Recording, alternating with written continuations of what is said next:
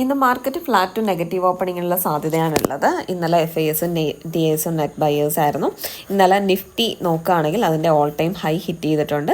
അതുപോലെ US മാർക്കറ്റിൽ നോക്കുകയാണെന്നുണ്ടെങ്കിൽ US മാർക്കറ്റും ഓൾ ടൈം ഹൈ ഹിറ്റ് ചെയ്തിട്ടുണ്ട്. നമ്മുടെ മാർക്കറ്റ് കൺസോളിഡേറ്റഡ് ടു പോസിറ്റീവ് മാർക്കറ്റാണ്.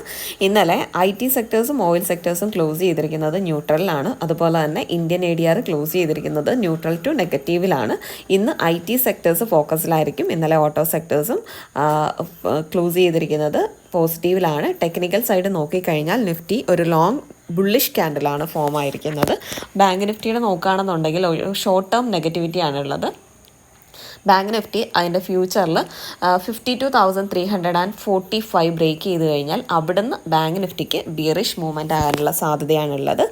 ബാങ്ക് നിഫ്റ്റിയുടെ സപ്പോർട്ട് 52,100ഉം റെസിസ്റ്റൻസ് 52,700ഉമാണ്.